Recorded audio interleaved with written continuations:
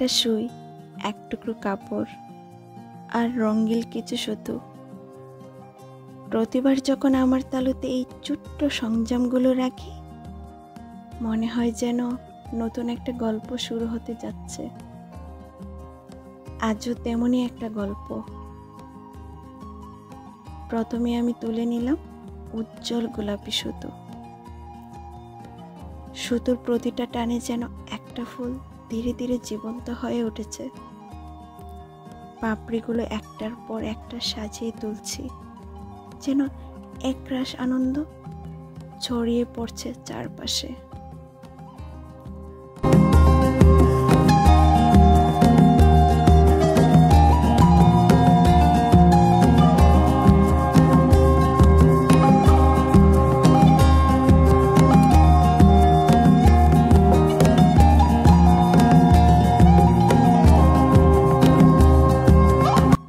মাঝখানে ছোট ছোট কিছু গিট।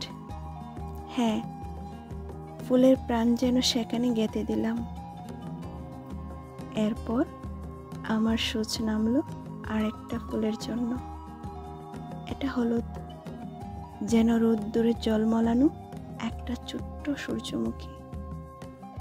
প্রতিটি পাপড়িতে সূচের আলতো ছোঁয়া দিয়ে ফুটিয়ে তুললাম তার কোমল সৌন্দর্য। তার মাঝখানে একটু গোলাপি স্পর্শ, যেন প্রকৃতি নিজেই তার রং দিয়ে আমাকে সাহায্য করছে।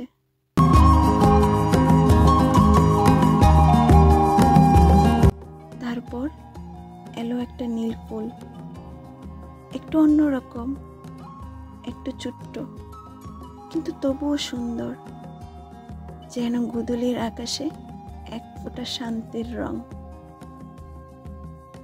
সূচের প্রতিটি চালনায় সে তার নিজস্ব অস্তিত্ব নিয়ে ফুটে উঠল।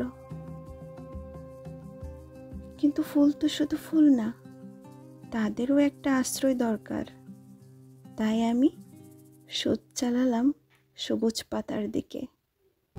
এক একটা পাতা যেন ফুলের সঙ্গী হয়ে গেল।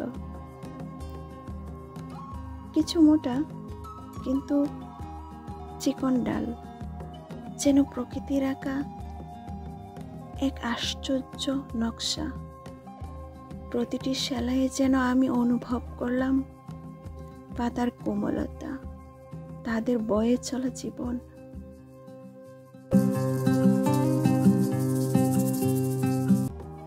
সবশেষে এলো একটা স্বচ্ছ কাচের ফুলদানি। এক একটা রেখা দিয়ে ধীরে ধীরে তার গড়ন ফুটিয়ে তুললাম, যেন সচ্ছলতার মধ্যেও এক টুকরো উষ্ণতা ভেসে উঠেছে। তার ভেতরে ফুলগুলোর ডালগুলো নেমে যাচ্ছে গভীরে, এক সুতোর বাঁধা পুরো ভালোবাসার গল্প। এখন আমার সূচ থেমে গেছে, কিন্তু গল্পটা ওটা কখনোই থামে না। প্রতিটি সেলাইতে, প্রতিটি সুতোর জড়িয়ে থাকে ভালোবাসা, ধৈর্য আর শিল্পের এক অনন্য